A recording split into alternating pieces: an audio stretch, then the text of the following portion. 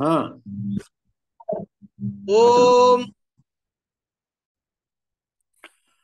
పఠామి సంస్కృతం నిత్యం వదామి సంస్కృతం సదా ధ్యాయామి సంస్కృతం సమ్యక్ వందే సంస్కృతమాతరం గురుర్బ్రహ్మ గురుర్విష్ణుః గురుర్దేవో మహేశ్వరః గురుః సాక్షాత్ పరం బ్రహ్మ తస్మై శ్రీ గురవే నమః జ్ఞానానందమయం దేవం నిర్మలస్ఫటికాకృతిం ఆధారం సర్వ విద్యానాం హయగ్రీవముపాస్మహే శ్రీ గురుభ్యో నమః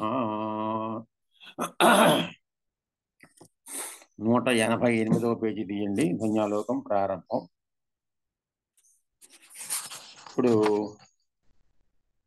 అప్రస్తుత ప్రశంస గురించి చెప్తున్నాడు.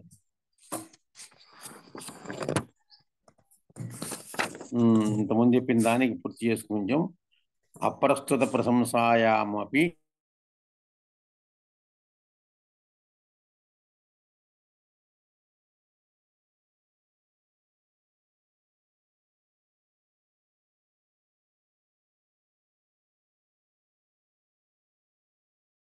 తదా ప్రదీయమానయోః సమమేవ ప్రాధాన్యం అని అక్కడికి ప్రారంభించారు. అంటే దీని అప్రస్తుత ప్రశంస అంటే అప్రస్తుత ప్రశంసలో కూడా సామాన్య విశేషాభావం వల్ల కానీ నిమిత్తి భావం, నిమిత్తము వేరు నిమిత్తి వేరు. నిమిత్తము అంటే కారణము, నిమిత్తి అంటే కారణం కలిగినటువంటిది వల్ల కానీ అంటే చూపబడేటువంటిది అనమాట. వాచ్యమైన అప్రస్తుత ఉపమానము ఉపమేయంలాగా అప్రస్తుతానికి ప్రతీయమానమైన ప్రస్తుతం ఎప్పుడు సంబంధం ఉంటుందో అప్పుడు ప్రస్తుతంతో అనమాట. వాచ్య ప్రతీయమానార్థ రెండింటికి ప్రాధాన్యం సమంగానే ఉంటుంది అని చెప్తూ వాచ్యమైన యదా తావత్ సామాన్యస్య అవిధీయమానస్య ప్రాకరణికేన విశేషేణ ప్రతీయమానేన సంబంధః తదా విశేష ప్రతీతౌ సత్యామపి ప్రాధాన్యేన తత్సామాన్యేన అవినాభావాత్ సామాన్యస్యాపి ప్రాధాన్యం. యదాపి విశేషస్య సామాన్యనిష్ఠత్వం తదాపి సామాన్యస్య ప్రాధాన్యే సామాన్యే సర్వవిశేషాణాం అంతర్భావాత్ విశేషస్యాపి ప్రాధాన్యం. నిమిత్త నిమిత్తి భావే చ అయమేవ న్యాయః. యదా తు సారూప్య మాత్రవశేన అప్రస్తుత ప్రశంసాయాం అప్రకృతయోః సంబంధః తదాపి అప్రస్తుతస్య స్వరూపస్య అభిధీయమానస్య ప్రాధాన్యేన ఐవక్షాయాం ధ్వనావేవ అంతఃపాతః ఇది అంతఃపాతః ఇతరధాతు అలంకారాంతరమేవ అని దాన్ని కొంచెం వివరంగా చెబుతూ ఇందాక మనం చెప్పుకున్న ప్రకారంగా వాచ్యమైన అప్రస్తుత సామాన్యానికి ప్రాకరణికము అంటే ప్రకరణం, దానికి సంబంధించినటువంటిది ప్రతీయమాన విశేషంతో సంబంధం ఉండటం వల్ల ఆ సామాన్యం ద్వారా విశేష ప్రతిపత్తి ప్రధానంగా ఉంటుంది. కలిగినప్పుడు కూడా ఆ విశేషానికి దాని సామాన్యంతో అవినాభావ సంబంధం ఉండటం వల్ల సామాన్యానికి కూడా ప్రాధాన్యం ఉంటుంది. అంటే సామాన్యము విశేషం అన్నప్పుడు సామాన్యానికి కూడా ప్రాధాన్యం ఉంటుందని చెప్పడం. అన్ని రకాల తంకద్రవులు చెప్పినప్పటికీ కూడా అది ఒక్కడే చివరిది. విశేషం సామాన్య నిష్టమైనప్పుడు కూడా, విశేషమైనటువంటి సామాన్యంలో ఉండిపోయినప్పుడు కూడా, అనగా విశేషం వల్ల సామాన్య ప్రతిపత్తి ప్రధానంగా కలిగినప్పుడు కూడా అన్ని విశేషాలు సామాన్యంలో అంతర్భావం చెందుతాయి. కాబట్టి విశేషానికి కూడా ప్రాధాన్యం ఉంటుంది. అది అంటే విశేషం సామాన్యంలో ఉన్నప్పుడు విశేషానికి కూడా ప్రాధాన్యం ఉంటుంది. అంతే. ఇక్కడ నిమిత్తి భావంతో కూడా ఇదే పద్ధతి. న్యాయం అంటే పద్ధతి. ఎప్పుడైతే సారూప్యం చేత అప్రస్తుత ప్రశంసలో ప్రకృతాలకు సంబంధం ఏర్పడుతుందో, అప్రస్తుత ప్రశంస అంటే మనకు చెప్పాడు చంద్రలోకంలో అనుకుంటా, అప్రస్తుత ప్రశంస స్యాత్ సాయత్ర ప్రస్తుతాశ్రయ. అంత హాయిగా ఉంది. ఆలోచన చేయండి. ఒకటే మాట, ఒక్క పదంలో తెగొట్టి పారేశాడు చక్కగా చంద్రలోకంలో. అప్రస్తుత ప్రశంస స్యాత్ సాయత్ర ప్రస్తుతాశ్రయ. ప్రస్తుతంగా ఉండేటువంటి దాన్ని అప్రస్తుత ప్రశంస అంటాడు. అప్రస్తుత ప్రశంస ఏమవుతుందంటే ప్రస్తుతాన్ని ఆశ్రయించున్నది అప్రస్తుత ప్రశంస. చాలా తేలిగ్గా ఉంటుంది. మన రాములు మాస్టర్ గారు చెప్పారు కదా, రాములు గురువు గారు, రాములు గారు, ధ్వన్యాలోకం అంతా వింటుంటే విన్నట్టుగానే ఉంటుంది, ఏమీ అర్థం కాదు అని. అలాగనమాట. అప్పుడు కూడా అప్రస్తుత ప్రశంస సమాన రూపం అయిన వాక్యానికి ప్రాధాన్యం ఉన్నట్టు చెప్పదలకపోతే అప్పుడు దానికి ధ్వనిలోనే అంతర్భావం ఉంటుంది. మరొక విధంగా అయితే వాచ్యానికే ప్రాధాన్యం చెప్పాలని అభిప్రాయం ఉంది అని ఇది. అప్పుడు ఏమవుతుంది? ధ్వని కాకపోతే అలంకారం అవుతుంది. ధ్వని అయితేనేమో ప్రత్యేకంగా ధ్వనిలో అంతర్భావం వచ్చినప్పుడు, లేకపోతే అలంకారంతో మిగిలిపోతుంది దానికి. ఇక్కడ మనకి స్పష్టంగా చెబుతున్నాడు, అధికారాదపేతస్య వస్తునోన్యస్య యా స్తుతి అప్రస్తుత ప్రశంసా త్రివిధ పరికీర్తిత. అప్రస్తుత ప్రశంస అనేటువంటిది 3 రకములు అని చెబుతున్నాడు. అప్రస్తుతస్య వర్ణనం ప్రస్తుతాపేక్షేణ ప్రస్తుతాక్షేపణ ఇత్యర్థ. ప్రస్తుతాక్షేపిణ అంటే ప్రస్తుతాన్ని పక్కన పెట్టి అప్రస్తుతాన్ని వర్ణించడం అనేటువంటిది అప్రస్తుత ప్రశంస. సచ ఆక్షేప త్రివిధ భవతి. అది 3 రకాలుగా ఆక్షేపం వస్తుంది. ఒకటి సామాన్య విశేష భావాత్, నిమిత్త నిమిత్తి భావాత్, సారూప్యాచ. అంటే అప్రస్తుత ప్రశంస అనేటువంటిది 3 రకములు. ఒకటి సామాన్య విశేష భావము, 2 నిమిత్త నిమిత్త భావము, 3వది సారూప్యము అని 3 రకములు. తత్ర ప్రథమే ప్రకారద్వయే, మొదటి 2 ప్రకారములు అంటే సామాన్య విశేష భావము, నిమిత్త నిమిత్త భావములు రెండిట్లో కూడా ప్రస్తుతయో తుల్యమేవ ప్రాధాన్యం ఇది ప్రతిజ్ఞాం కరోతి. అందులో ప్రస్తుతం అప్రస్తుతానికి సమానంగా ఉంటుంది. ప్రస్తుతము అప్రస్తుతము 2 కూడా సమానంగానే ఉంటాయి. ఎందులో? సామాన్య విశేష భావము, నిమిత్త నిమిత్త భావంలో కూడాను. మొత్తము అప్రస్తుత ప్రశంస 3 రకములు. జాగ్రత్త గుర్తుపెట్టుకోండి. ఇక్కడ అన్నింటి మనకి భేదాలు వస్తాయి. ఒక టేబుల్ వేసుకోండి చక్కగా. టేబుల్ను అలంకారం దీనికి పట్టినటువంటి ఉదాహరణ కూడా వేసుకోండి. అప్రస్తుత ప్రశంస దానికి 3 భాగములు. ఒకటి సామాన్య విశేష భావము, 2 నిమిత్త భావము, 3 సారూప్యము అని. ఈ 2 కూడా ఒకలాగానే ఉంటాయి. ఒకటి మొదటిది ఏమిటి? సామాన్య విశేష భావము, 2 నిమిత్త భావము. ఈ 2 కూడా ఏమి జరుగుతాయి? ప్రస్తుతానికి అప్రస్తుతానికి సమానమైన ప్రాధాన్యత ఉంటుంది. అప్రస్తుతే ఇత్యాదినా ప్రాధాన్యమిత్యంతేనా. అత్ర సామాన్య విశేష భావేపి ద్వయీ గతి. అందులో మళ్ళీ సామాన్య విశేష 3 చెప్పాడు. అప్రస్తుత ప్రశంస అనేటువంటి జాగ్రత్త గమనించాలి. అప్రస్తుత ప్రశంస అనేటువంటిది 3 రకములు.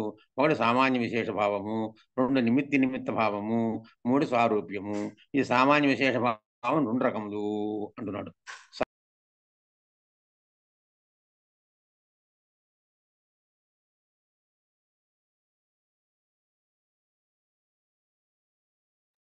మహోదయ మీరు మ్యూట్లోకి వెళ్ళారు.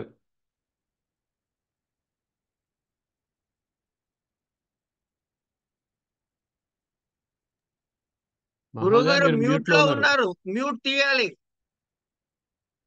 గురువుగారు మ్యూట్ లోకి వెళ్ళారు. అంటే ప్రాకరణిక విషయం. అహో సంసార నైర్ఘృణ్యం, అహో దౌరాత్మ్యమాపదం, అహో నిసర్గజిహ్మస్య దురంత గతయో విధేహే. ఇది మొదటి దాంట్లో 1వ భావం. అంటే సామాన్య విశేష భావంలో 1వ రూపం, 1వ ప్రకారం. అందులో 2 రకాలు కాబట్టి అందులో 1వ ప్రకారం ఏమిటది? అహో సంసార నైర్ఘృణ్యం, అహో దౌరాత్మ్యమాపదం, అహో నిసర్గజిహ్మస్య దురంత గతయో విధేహే. విధేహే దురంత ఏమిటది? గతయ విధేహే గతయ నిసర్గజిహ్మస్య విధేహే. నిసర్గముతోనే నిసర్గజిహ్ముడు అంటే నిసర్గం అంటే స్వభావం. స్వభావంతోనే వంకరగా ఉండేటువంటి అంటే విధి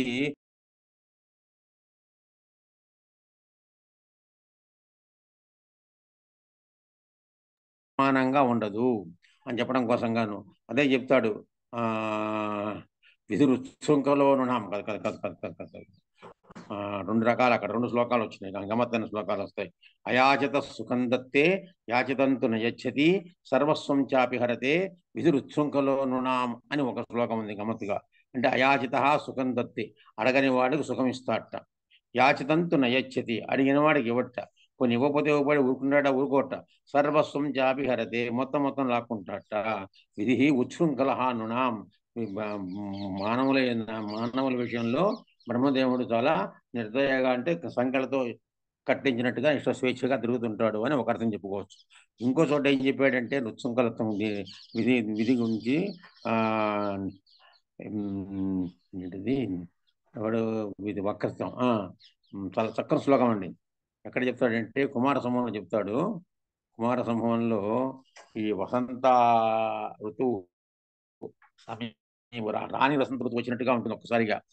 ఆయన నంది బ్రహ్మ శివుడు తపస్సు కాదు పార్వతి శివుడు తపస్సు చేసుకుంటే అక్కడ వసంత ఋతువు ప్రవేశిస్తుంది. అక్కడ వర్ణిస్తాడు ఏంటంటే వర్ణ ప్రకర్షే సతి కర్ణికారం దునోతి నిర్గంధతయా స్మచేత ప్రాయేణ సామగ్ర్య విధౌ గుణానాం పరాంగముఖి విశ్వసృజ ప్రవృత్తి. ఇది చక్కగా ఇక్కడ కావాల్సిన శ్లోకం, మనకి సరైన శ్లోకం అది. కుమార సంభవంలో చెప్తాడు, వర్ణ ప్రకర్షే సతి కర్ణికారం దునోతి నిర్గంధతయా స్మచేత. అక్కడ ఉండేటువంటి ప్రకృతిని వర్ణిస్తుంటాడు ఆ సమయంలో కాళిదాసు గారు వర్ణిస్తూ. కర్ణికారము అంటే గోగు పువ్వు, కర్ణికారం అంటే గోగు పుష్పము. అది చాలా మంచి, చూస్తుంటే అద్భుతమైన వర్ణాలతో రంగురంగులుగా బాగుంటుందిట. కానీ దానికి వాసన ఉండదు.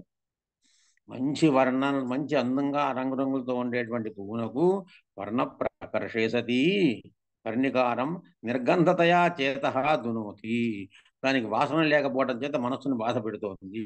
అంటే ఇంత విధిగా ఉండే అందంగా ఉండేటువంటి ఈ కర్ణికార వృక్షము, కర్ణికార పుష్పము గనక దీనికి గనక సువాసన ఉన్నట్లయితే ఇంకెంత అందంగా ఉండేదో అని అనుకోవటానికి లేకుండా చాలా బాధపడుతూ ఉంటాడట. అన్ని దానికి ఏం చెప్పాడు మళ్ళీ పక్కనే, ప్రాయేణ సామగ్ర్య విధో గుణానాం పరాంముఖి విశ్వసృజ ప్రవృత్తి.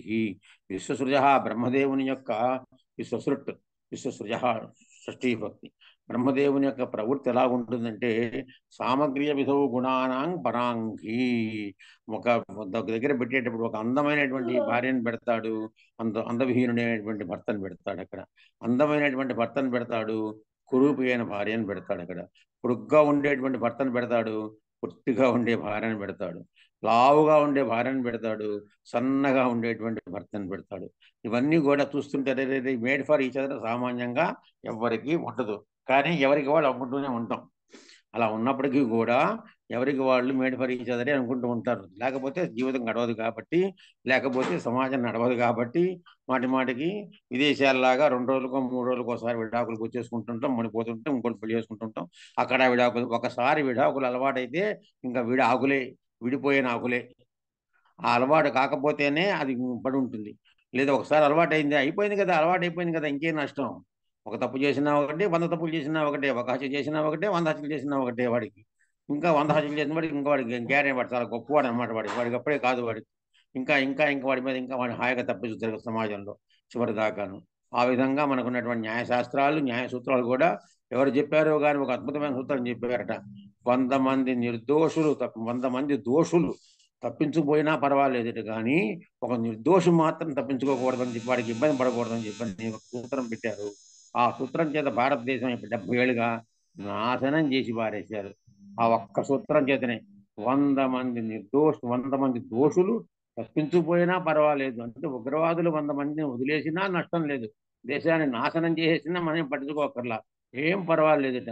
ఒక్క నిర్దోషికి మటుపోయి శిక్ష పడకూడదు అనేటువంటి ఒక పిచ్చి శాస్త్రం, ఒక పిచ్చి ఆలోచన చెప్పారు. ఎవరు చెప్పారు కానీ, ఏ మహాత్ముడు చెప్పాడో, మహాత్ముడు స్వయం ప్రకటిత మహాత్ముడో, ఎటువంటి మహాత్ముడో తెలియదు, కానీ ఆయన ఎవడో చెప్పాడు అంటూ ఉంటారు, మనకి తెలియదు, మనం వెళ్ళలేదు కాబట్టి. డైరెక్ట్గా మనం వెళ్ళలేదు కదా, అన్ని టాప్ ప్రయోగాలే, వాళ్ళు చెప్పారు వీళ్ళు చెప్పారు అనేటువంటి. చాలా అన్యాయం ఆ సిద్ధాంతం. 100 మంది దోషులను వదిలేస్తావా, దేశం మీదకి జైల్లో పెట్టిన వాళ్ళందరినీ వదిలేస్తావా, కారుణ్యం అని పేరు పెట్టి భయంకరమైనటువంటి హత్య చేసిన వాడు, అంతమంది మానభంగాలు తీసినటువంటి వాడు, బాంబ్ బ్లాస్ట్ చేసిన వాడిని దేశం కోసం జనవరి 26కో ఆగస్టు 15కో వాడి పుట్టినరోజుకో వీడి పెళ్లి రోజుకో పెట్టి వదిలేస్తావా దేశం మీదకి? మళ్ళీ వాళ్ళందరూ వచ్చి కొన్ని వేల మందిని చంపేస్తాడా? వాడికి మళ్ళీ రాచమర్యాదలా? ఆ వదిలేటప్పుడు వాడి వెనకాల పోలీసులు, వాడికి ఎస్కార్ట్లా పోలీసులు, భయపడుతూ రావాల్సిన వాడు దర్జాగా వాడు వస్తుంటే, ఈ మధ్య అక్కడ చూశాను వాట్సాప్లో, దర్జాగా కర్ణాటకలోనే ఎక్కడో ఉంటాం, కేరళలోనూ జైల్లో ఉన్నటువంటి వాడు, చాలా కాలంగా జైల్లో ఉన్నవాడిని వాడిని వదిలేసి వస్తే, వాడు బ్రహ్మాండంగా వస్తుంటే, మహారాజు గొప్పవాడికి దారి వస్తుంటే, వాడి వెనకాల వీళ్ళందరూ వాడికి దారిస్తున్నారా? పండినటిది ఎన్కౌంటర్ పేల్చి పారేది రాస్కల్స్ని దేశం మీద వదిలేయడం తప్పించి, ఇది ఒక సిద్ధాంతం. ఒకడు పోయినా 100 మంది దోషులను వదిలేసినా పర్వాలేదట. అక్కర్లేని సిద్ధాంతాలు పట్టుకుని భారతదేశాన్ని మొత్తం నాశనం చేసి పారేస్తారు. ఎక్కడ ఒకడ ఒక పూట హోటల్కి వెళ్ళి ఉందా అని అంటేనే హోటల్ ఆధార్ కార్డు అడుగుతాడు వాడు. రాత్రిపూట ఉండేందుకు ఒక్కడు ఒంటిగా ఉన్నప్పటికీ కూడా ఒక ఆడవాడు భార్యాభర్త కాకపోయినా ఒక్కడే వెళ్ళినప్పటికీ కూడా నీ ఆధార్ కార్డు ఇవ్వు అని చెప్పి ఆధార్ కార్డు వాడు జిరాక్స్ తీసుకుని దాచుకుంటున్నాడే, ఒక్క పూట ఆధార్ ఉండి అది మన డబ్బు మనం ఇచ్చి, ఆ హోటల్లో వాడు ఎంత రూమ్ రేటు ఉంటే అంత డబ్బు మనం ఇచ్చి ఆ రోజుకి రాత్రికి ఉండేందుకు, ఒక పూట ఉండేందుకు, ఒక గంట ఉండేందుకు వాడికి ఆధార్ కార్డు ఇస్తే కానీ లోపల అనవట్లేదే వాడు. అలాంటిది ఆధార్ కార్డు లేకుండా దేశం మీద పడి తింటారా వెసలందరూ వచ్చి కూర్చుని? దానికి మళ్ళీ వీళ్ళు సపోర్ట్ చేస్తారా రాజకీయ నాయకులు? అడిగే దమ్ము మనకు లేకపోయింది కానీ నువ్వు ఒకరికి వాడికి మనకి వ్యతిరేకిస్తాడు. మేము పెట్టమంటాడా? న్యాయంగా దేశం ఏమైపోవాలి అక్కడి వాడికి వచ్చేస్తుంటే. కనుక ఇప్పుడు ఏమైంది, బ్రహ్మదేవుడు ఇలాంటివన్నీ కూడా మనకి ఇస్తుంటాడు. ఎలా ఇస్తున్నట్టది? వర్ణ ప్రకర్షేసతి కర్ణికారం దునోతి నిర్గంధతయాస్మచేత ప్రాయేణ సామగ్ర్య విధౌ గుణానాం పరాంగుఖీ విశ్వసృజ ప్రవృత్తి. విశ్వసృజ ప్రవృత్తి పరాంగుఖీ అస్తి. పరాంగుఖి ప్రత్యంగుఖం పరాంగుఖం వేరే విధంగా ఉంటుంది. ఈ ముఖం ఇటుంటే ఆయన ముఖం అటు ఉంటుంది అని చెప్పడం కోసంగా చెప్పినటువంటి శ్లోకం అది. అది ఎక్కడది? నిసర్గజిహ్మస్య అనే దానికోసంగా తీసుకున్నటువంటిది. అహో గత విధేహి గత దురంతా గతయ అని చెప్పుకున్నటువంటి విశేషం కోసం చెప్తున్నాం. అంటే ఏం చెప్పాడు అక్కడది? అహో సంసార నైర్గుణ్యం, అహో దౌరాత్యమాపదాం. సంసారము యొక్క నైర్గుణ్యము, నిర్ఘృణ. ఘృణ అంటే దయ, ఘృణ అంటే దయ, నిర్ఘృణ అంటే దయలేనివాడా. నైర్గుణ్యము దయ లేకపోవడం అనేటువంటిది, దాని మీద వచ్చినటువంటిది, నిర్గుణత్వం మీద వచ్చేటువంటిది తద్దితము నైర్గుణ్యము. అదే అంటుంది శకుంతల కూడా, నిర్ఘృణ తపతి బలవత్వై ముక్త మనోనధాన్యంగా అని చెప్పి ఆ 3వ అంకంలో అనుకుంటా. నీ మూలంగా అంటే శకుంతల దుష్యంతుని ప్రేమించిన సందర్భంలో మనకు లేఖ రాస్తుంది అనమాట. ఆ సందర్భంలో నిర్ఘృణ అని ఉంటుంది, దయలేనివాడా అంటుంది అనమాట. దుష్యంతుని బట్టి అక్కడ ప్రయోగం కూడా వస్తుంది. శాకుంతలలో 3వ అంకం అనుకుంటా బహుశా, 3 ఉంటుంది బహుశా. కనుక అక్కడ ఒక ప్రయోజనం వహిస్తాం. సంసార నైర్ఘృణ్యమహో దౌరాత్మ్యమాపదాం. సంసార విషయంలో ఉండేటువంటి నిర్గుణత్వము అంటే గుణత్వం లేకపోవడం, దయ లేకపోవడం అనేటువంటిది. సంసారం యొక్క నిర్దయత్వం కూడా చాలా ఆశ్చర్యకరంగా ఉంటుంది, మనకు అనిపిస్తుంది అన్నాడు. అలాగే దౌరాత్మ్యం, అహో దౌరాత్మ్యం ఆశ్చర్యం, అహో దౌరాత్మ్యం ఆపదాం. ఆపదాం దౌరాత్మ్యం, ఆపదల యొక్క దౌరాత్మ్యం అంటే దుర్మార్గత్వము, దురాత్మ దాని మీద దురాత్మ మీద వచ్చేటువంటి తద్దితము దౌరాత్మ్యము, దాని యొక్క చెడ్డతనం, దుర్మార్గత్వము. ఈ 2 కూడాను. ఎందుకంటే అహో నిసర్గజిహ్మస్య దురంతాగతయో విధేహే స్వభావం చేతనే వక్రుడైన విధి యొక్క గతులు కార్య విధానాలు ఎంత చెడ్డగా ఉన్నాయ్యా అంటున్నాడు. అంటే స్వభావం చేతనే వక్రుడయ్యాడు విధి. అతని స్వభావమే అలాంటిది, బ్రహ్మదేవుని యొక్క స్వభావమే అలాంటిది. ఒక రకంగా ఉంచడు, అందరికీ ఒకే రకంగా ఉంచడు. మనకు 5 వేళ్ళు ఉన్నాయి, 5 వేలు ఒక చక్కగా ఒకే రకంగా పెడితే అంత బాగుండు, అందంగాను ఒకే స్టైల్గా. ఈ మధ్య ఎక్కడో చూశానండి, ఒక హస్తానికి 6 వేలతో వచ్చింది వాట్సాప్లోను. అలా హస్తం పెట్టి మీకు అందరికీ అభయం ఇస్తున్నటువంటిది అంటే విచిత్రమే. 6 వేలు అనేటువంటి వైకల్ప్యమే, వికలాంగత్వమే అది. 6 వేల హస్తం వికలాంగత్వం కాదు. మరి 5 ఉండాల్సినటువంటి 4 ఉన్న వికలాంగత్వమే, 6 ఉన్న వికలాంగత్వమే. అంటే సామాన్యమైనది కాదు, విశేషంగా ఉంటుంది. ఇది ఏదో దుర్మార్గంలో ప్రధానము అని చెప్పుకోవచ్చు కూడా మనం. కానీ ఇక్కడ ఏం చెప్పాడు? స్వభావం చేతనే వక్రుడైన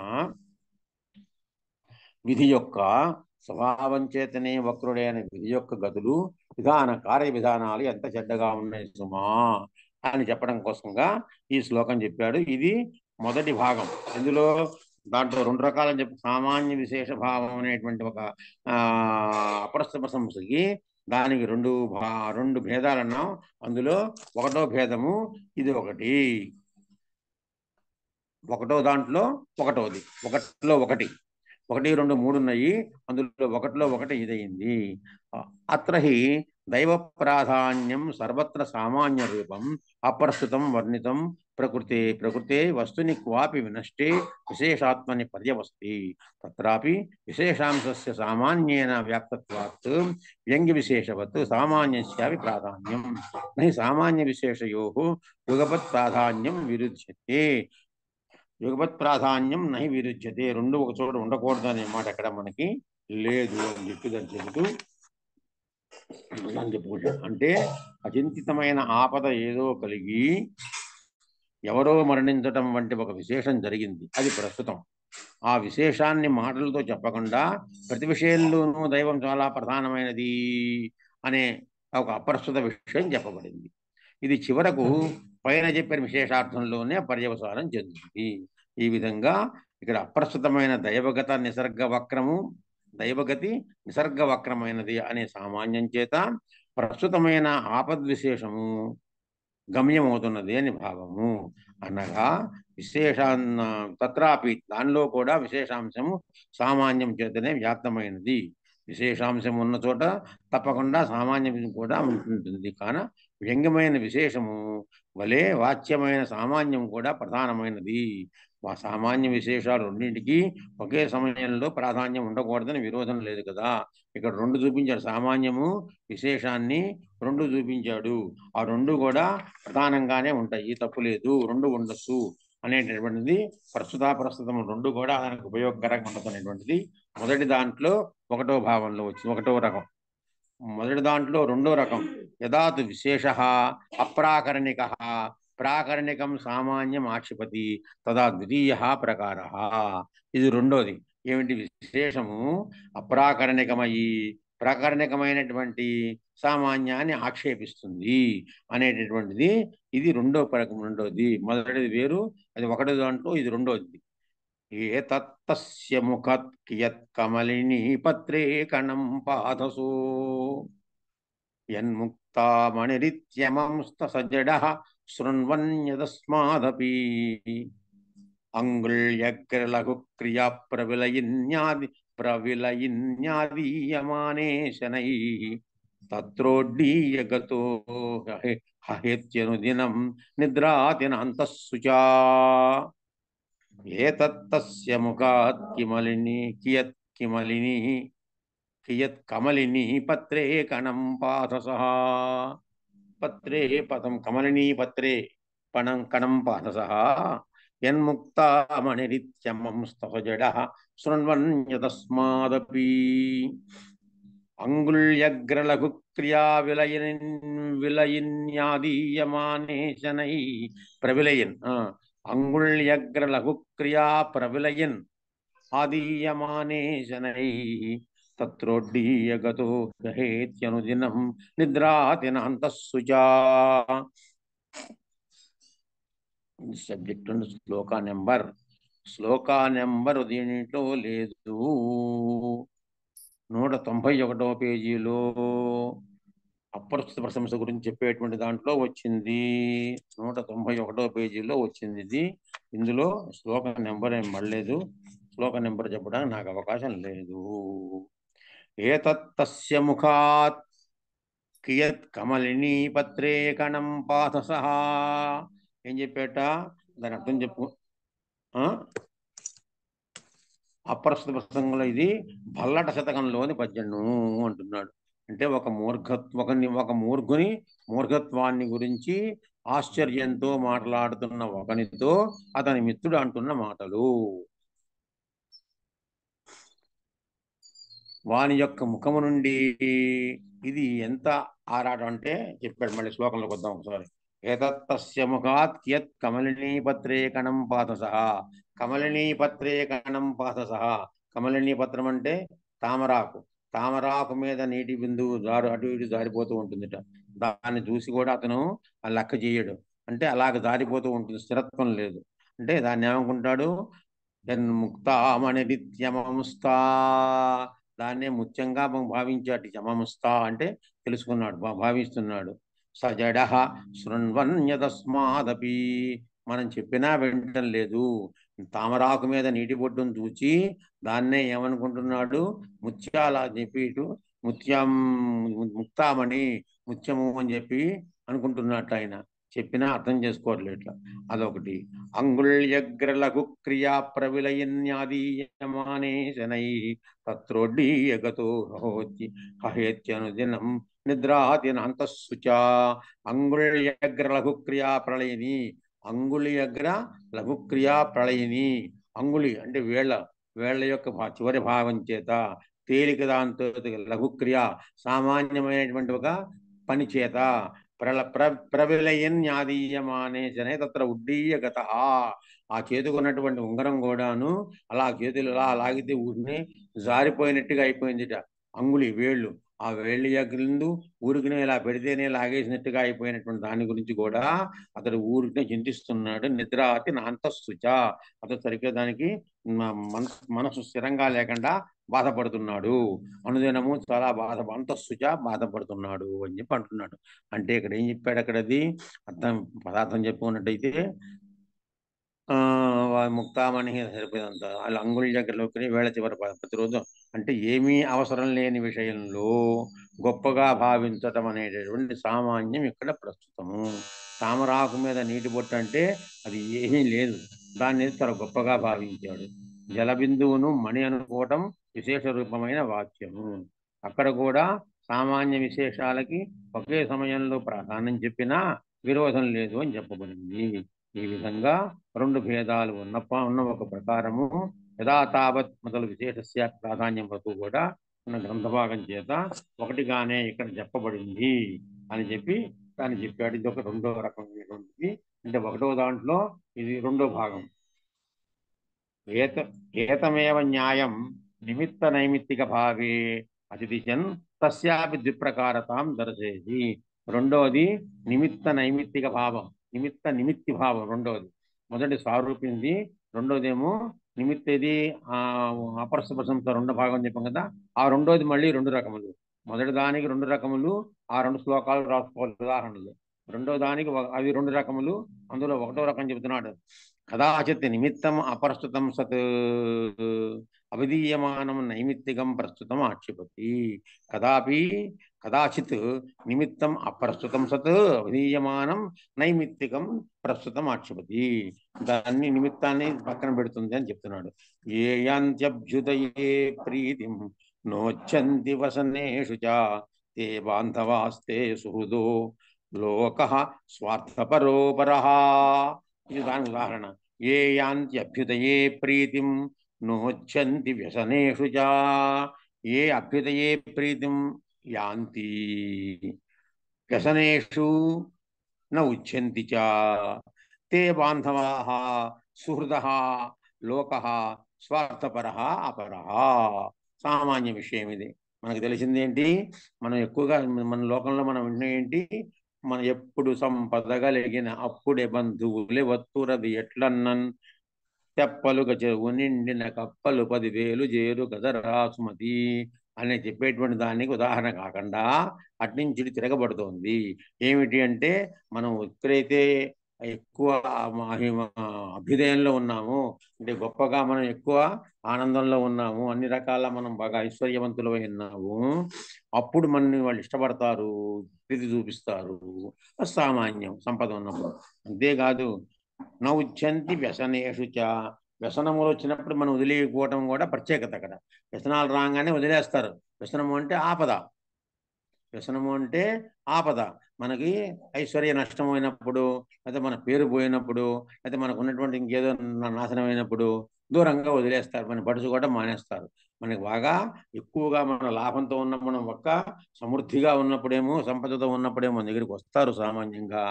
మనకి ఏదైనా కొంచెం ఇబ్బంది కలగగానే ఎక్కడ వాళ్ళు అక్కడ వెనక్కి వెళ్ళిపోతుంటారు. కానీ ఇక్కడ ఏం చెప్పాడు? అది నోచ్చంతి వ్యసనేషు చ.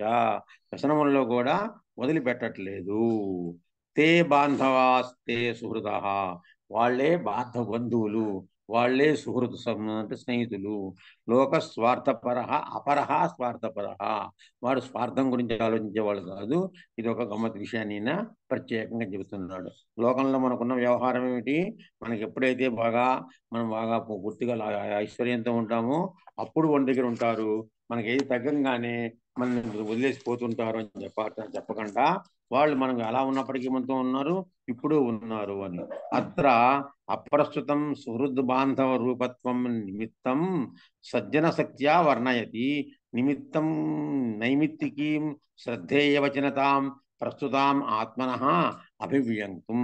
తత్ర నైమిత్తిక ప్రతీతావపి నిమిత్త ప్రతీతిరేవ ప్రధానీ భవతి అనుప్రాణకత్వేనేతి వ్యంగ్య వ్యంజకయో ప్రాధాన్యం.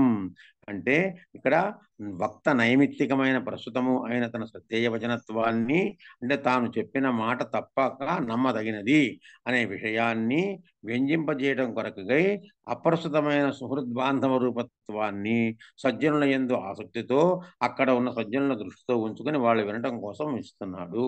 అంటే దాన్ని చెప్పేదాన్ని స్థిరంగా చేసుకోవడం కోసంగా ఆయన చెబుతున్నాడు. సరే, దీని తర్వాత ఉన్నటువంటి పేరా మన సంబంధం లేదు, ఆయన చదువుదాం. ఇక్కడ సజ్జనాసక్త్య అనే పదము అంటే ఎక్కడ చెప్పాడు సజ్జనాసక్త్య అని? కింద వృత్తిలో ఇచ్చాడు, శ్లోకంలో సజ్జనాసక్తి పదం లేదు, కానీ కింద వ్యాఖ్యానంలో సజ్జనాసక్త్య అన్నాడు కాబట్టి అది అన్వయించడం లేదు. పాఠాంతరం ఏదైనా ఉండొచ్చు. ఒక పుస్తకంలో ఈ పాఠమే గ్రహించిన కింద సజ్జరాసంధోక్త్య అనే పాఠాంతరం కూడా చూపబడింది. అంటే ఈ పదాన్ని కూడా సరి అర్థం కదలట్లేదు, ఈ శ్లోకం ఎక్కడిదో తెలియదు. జరాసంధుడు అంటున్నాడు సత్, జరాసంధ ఉక్త్యా కదా, జరాసంధుడు తన మాటలతో చెప్తున్నాడు అని. ఇది కేవలం ఊహ మాత్రమే. సజ్జనాసక్త్యాకి ఎవరైనా సంతృప్తికరమైన అర్థం చెబితే శ్రమ లేదు. ఎవరైనా సరే మన వాళ్ళలో కూడా దానికి ఆ పదానికి ఏమైనా అర్థం చెప్పగలిగితే సంతోషిస్తాము.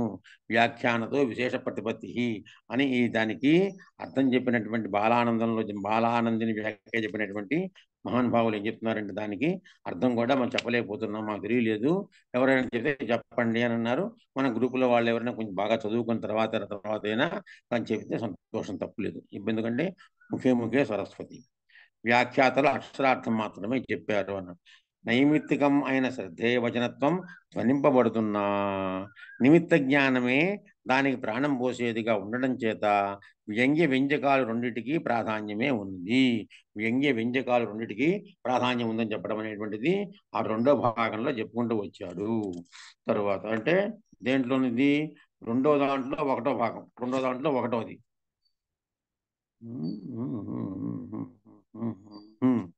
రెండో దాంట్లో ఒకటైపోయింది. తర్వాత కదాచిత్తు నైమిత్తికం అప్రస్తుతం వర్ణ్యమానం ప్రస్తుతం నిమిత్తం వెనక్కి. నైమిత్తికాన్ని అప్రస్తుతంగా చెబుతూ వర్ణ్యమానం ప్రస్తుతం నిమిత్తం చెబుతూ తెలియజేస్తోంది. దాని ఉదాహరణ ఇస్తున్నాడు. అంటే రెండో దాంట్లో రెండో ఉదాహరణ. ఇందాక ఒకటో దాంట్లో ఒకటో దాంట్లో రెండు అయిపోయినాయి, రెండో దాంట్లో ఒకటి కూడా అయిపోయింది. రెండో దాంట్లో రెండో ఉదాహరణకి ఇస్తున్నాడు. ఆ రెండో దాంట్లో ఉదాహరణ ఏం చెప్తున్నాడంటే స్వర్గమపారిజాతం కౌస్తుభలక్ష్మీరహితం మధుమథనస్యోరః స్మరామి మదనాత్ పురతః అముక్తచంద్రంచ హరజటా ప్రాగ్భారం. పైన ప్రాకృతం ఉంది. సగ్గం అపారిజాతం కోత్హల చిరహి అం మహుమహసౌరం సుమరామి మహనపురవో అముద్ధ అంధంచ హరజడాపభారం అనేటువంటి ఒక ప్రాకృతానికి శ్లోకం ఛాయగా సంస్కృతానికి కింద ఇస్తున్నాడు. స్వర్గం అపారిజాతం, ఒకప్పుడు అప్రస్తుతమైన నైమిత్తికము వర్ణింపబడినదై నిమిత్తాన్ని వ్యంజింపజేస్తుంది. సేతుబంధం నుంచి ఒక శ్లోకం ఈ విధంగా ఉన్నది. అత్ర జాంబవాన్ కౌస్తుభలక్ష్మీ విరహిత హరివక్ష స్మరణాదికం అప్రస్తుత నైమిత్తికం వర్ణయతి. ప్రస్తుతం ఊర్ధసేవా చిరజీవిత్వ వ్యవహారం కౌశలాది వ్యవహార ఉంటుందేమో. కౌశలాది నిమిత్తభూతం మంత్రియతాం ఉపాదేయం అభివ్యక్తం. తత్ర నిమిత్త ప్రతీతావపి నైమిత్తికం వాచ్యభూతం ప్రస్తుతతో నిమిత్తానుప్రాణిత్వేన ఉద్ధరకంధరీకరోతి ఆత్మానమితి సమప్రాధాన్యతేవ వాచ్య వ్యంగ్యయోః. ఇది ఎవరండి? భల్లూకరాజు అనేటువంటి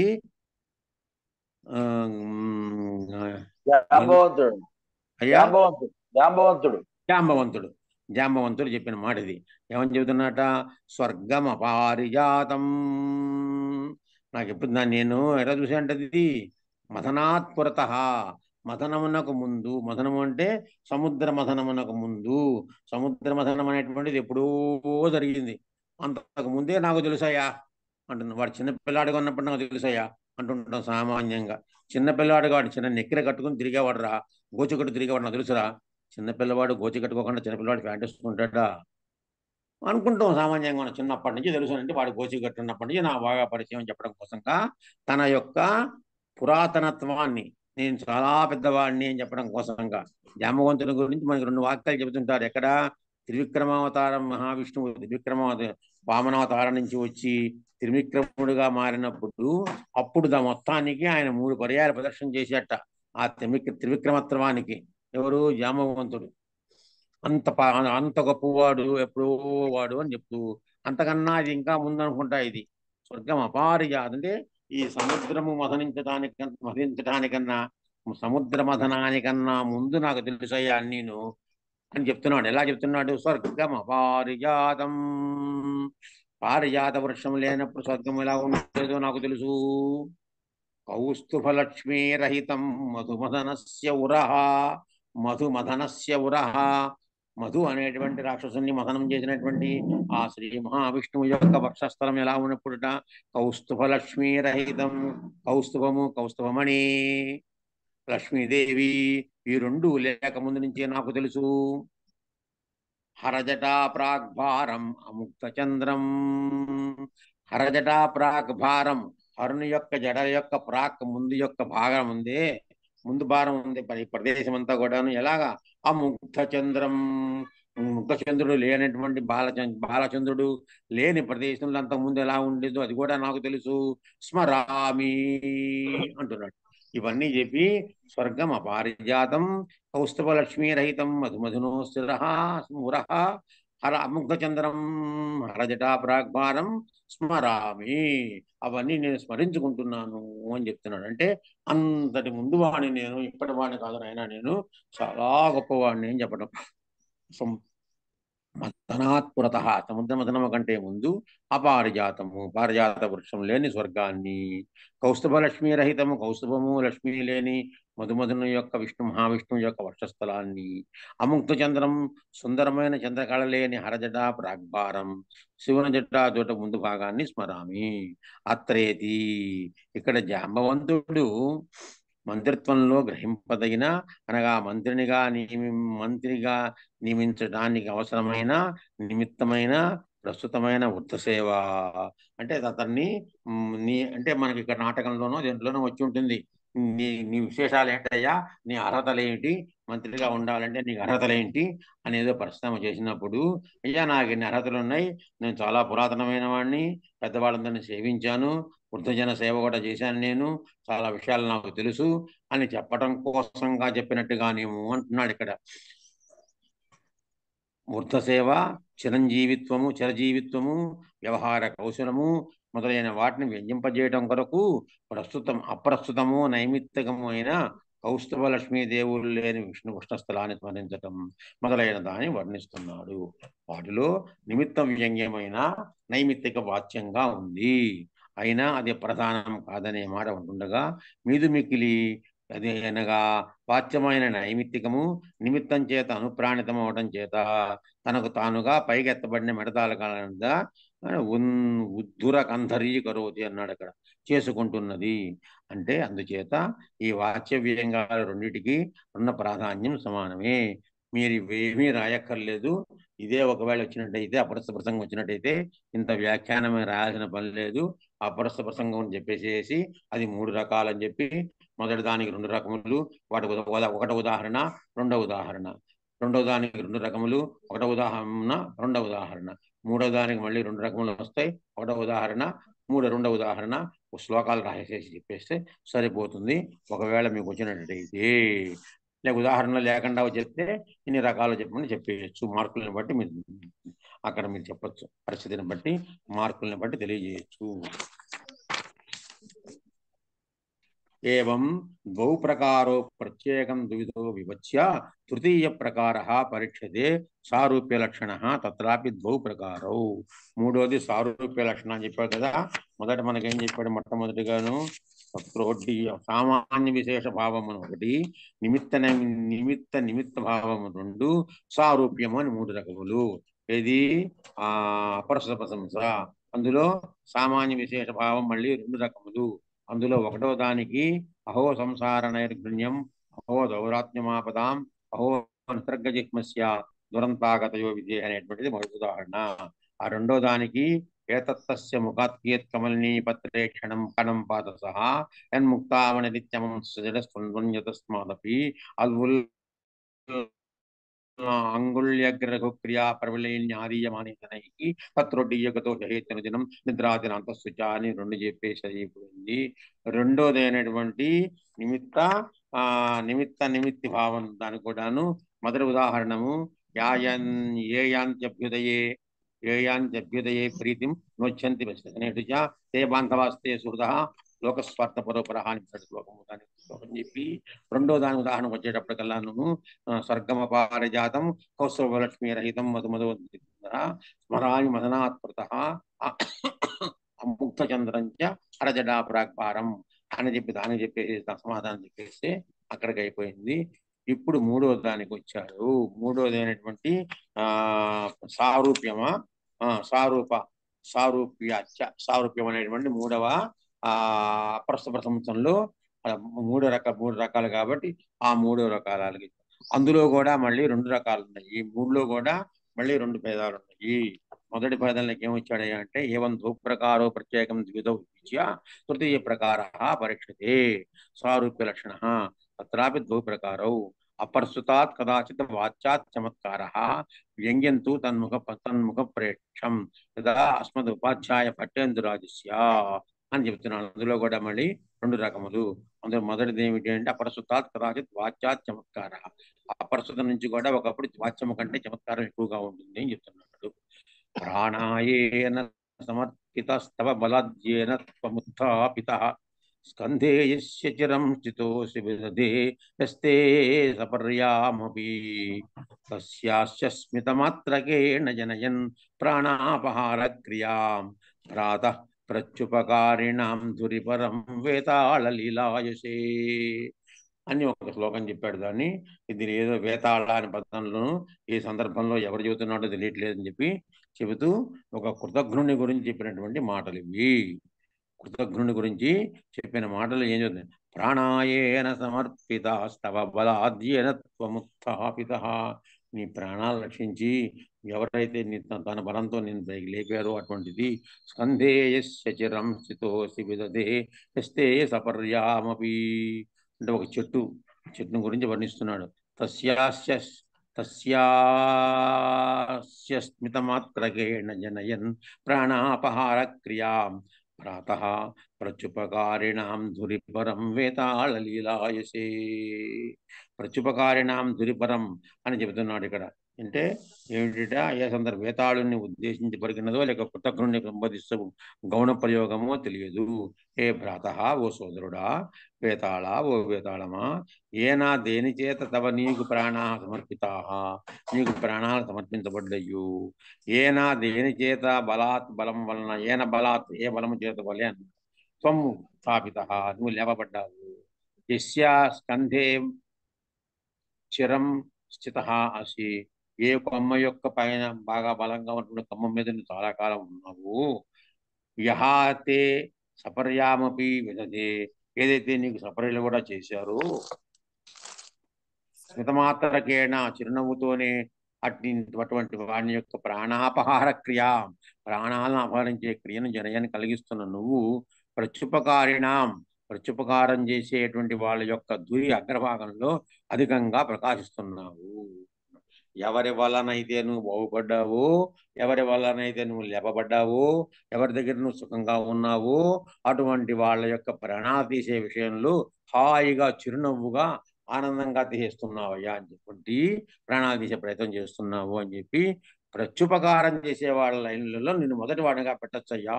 ధురి అగ్రభాగంలోను ధురి ప్రతిష్టాపయితవ్యేవా అంటాడు కాళిదాసు గారు మాళవికాగ్నిమిత్రంలో.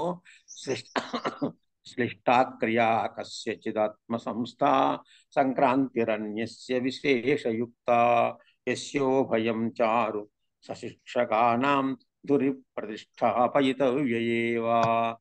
అద్భుతమైన శ్లోకం చెప్పాడు ఉపాధ్యాయుని గురించి మాళవికాగ్నిమిత్రంలో. చాలా గొప్ప శ్లోకం. ఉపాధ్యాయుడు ఎలా ఉండాలంటే చెబుతూను శిష్టాక్రియ కస్యచిదాత్మ సంస్థ. కొంతమందికిట ఎంతో విద్య ఉంటుంది, కానీ ఆత్మ సంస్థ తనలోనే ఉంటుంది. ఆ విద్యని 10 మందికి చెప్పేందుకు వాడికి ఏం అవకాశం ఉండదు. చెప్పినా బాగా అర్థం కాదు ఎదుటి వాళ్ళకు కూడా, నా ఎదుటి వాళ్ళని ఆనందింపజేయలేడు. సంక్రాంతిరన్యస్య విశేషయుక్త. ఇంకా కొంతమంది ఉంటారట, తనకి ఏమాత్రం కొంచెం తెలిసినా సరే 10 మందికి తెలిపేసేసి వాళ్ళందరికీ ఆనందంగా కలిగించగలుగుతారట. అంటే ఉన్న విషయాన్ని దాచేసుకునేవాడు, బయటికి చెప్పలేడు. కొంతమంది ఏ కొద్దిగా ఉన్నా కూడా సమాజానికి దాని అందించి బాగా చేసేటువంటి వాడు కొంతమంది. అంటే 2 రకాలు చేశాడు. చేసిన తర్వాత యస్యోభయం చారు సశిక్షకాణం. ఈ రెండు ఉండేటువంటి ఎవడైతే ఉపాధ్యాయుడు ఉంటాడో, శిక్షకుడు ఉంటాడో, శిక్షకాణం ధురి ప్రతిష్టాపయితవ్యేవా. ఆ శిక్షకుల యొక్క ధురి, ఆ అగ్రభాగంలో వాడిని మనము, అందుకనే ధౌరేయ పదం వచ్చింది. దీని ముందు వచ్చింది ధౌరేయ, అంటే ముందు ఉండేటువంటి వాడా. అంటే ఇక్కడ మామూలుగా ఉపాధ్యాయులలో అటువంటి ఉపాధ్యాయుడే ఉత్తముడైన ఉపాధ్యాయుడిగా లెక్క పెడతాము అని చెప్పి, ధురి ప్రతిష్టాపయితవ్యేవా. తనకు వచ్చిన దాన్ని, తనకు తంటే విషయాన్ని, విషయగ్రాహం పూర్తిగా ఉండటము.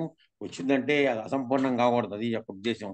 విషయాన్ని పూర్తిగా తెలుసుకుని దాన్ని మళ్ళీ తమ విద్యార్థులకు పూర్తిగా అర్థమయ్యేటట్టుగా అందించగలవాడే సరి అయినటువంటి ఉపాధ్యాయుడు. అలాంటి వ్యక్తినే ధురి ప్రతిష్టాపయితవ్యేవా. అలాంటి వాడినే ముందు నిలబెట్టాలి ఉపాధ్యాయులు అని చెప్పాడు. అలాగే ఇక్కడ కూడా ఆయన చెప్పాట, ప్రత్యుపకారం చేసేటువంటి వాళ్ళలో నిన్ను ముందుకు నుంచోబెట్టాలయ్యా, చాలా గొప్పవాడివయ్యా అంటున్నాడు. అదొక వ్యంగ్యం అక్కడ. అంటే ఎవరి వలన నీవు బయటకు వచ్చావో, ఎవరి వలన నువ్వు బాగా పొందావో, ఎవరి బలం చేత నువ్వు ప్రకాశించావో, ఎవరి దగ్గర కూర్చుని నువ్వు బాగా సేవించుకున్నావో, అటువంటి వాడిని చంపేసేందుకు ప్రాణాపహార క్రియాం జనయ స్మితమాత్రకేణ, కేవలం ఒక చిరునవ్వుతోనే అలాంటి వారి యొక్క ప్రాణాపహార క్రియా, ప్రాణాలను పోగొట్టేటువంటి క్రియలు నువ్వు చాలా ఉన్నావు నాయనా, గొప్పవాడివి నాయనా. లీలా చేసి ఆడుకుంటున్నట్టుగా ఉన్నావు నాయనా నువ్వు. ప్రత్యుపకారిణాంధుర్యం, ప్రత్యుపకారం చేసేటువంటి వాళ్ళ యొక్క ముందు నిన్ను నిలబెట్టాలి అని చెబుతూ, అత్ర యద్యపి సారూప్యవశేన కృతజ్ఞ కశ్చిదన్య ప్రస్తుత ఆక్షిప్యతే తథాపి అప్రస్తుతస్యేవ వేతాళ వృత్తాంతస్య చమత్కారకారిత్వం నహి ఏతత్ నహి అచేతన ఉపాలంభవత్ అసంభావ్యమానః అయమర్థః నచ న హృదయ అని చెప్పి మనం ఇక్కడ దీనికి పోవడం జరిగి, వేతాళాన్ని కొంతకాలాన్ని స్వస్థానంగా ఉన్న ఒక చెట్టును ఆ వేతాళమే చంపివేసి ఉంటుంది అని పై అర్థం చెప్పబడింది. లేదా అవిచారిక ప్రయోగం చేత తనను పుట్టించి తనకు బలం చేకూర్చిన వాణిని అది చంపివేసింది అని అర్థం గ్రహిస్తే, యశబ్దాలకి ఏనా ఎవని చేత ఇచ్చారు దత్తము స్కందే భుజం మీద అర్థం చెప్పుకోవాలి. ఏన సముత్థాపిత అనేది ఈ రెండవ అర్థానికి అనుకూలంగా ఉంది. ఆభిచారిక క్రియల చేత వేతాళాన్ని పుట్టించటాన్ని వేతాళ సముత్థాపనం అని అంటారు. ఇక్కడ సాదృశ్యం వల్ల ఎవడో ఒక కృతజ్ఞుడైన ప్రస్తుత పురుషుణ్ణి ఆక్షేపించినా అప్రస్తుతమైన వేతాళ వృత్తాంతమే చమత్కారజనకంగా ఉంది. అచేతన వస్తువును నిందించటం ఏ విధంగా అసంభావ్యమో ఆ విధంగా ఈ అర్థం అసంభావ్యం కాదు, చమత్కారకారిగా లేకపోనూ లేదు.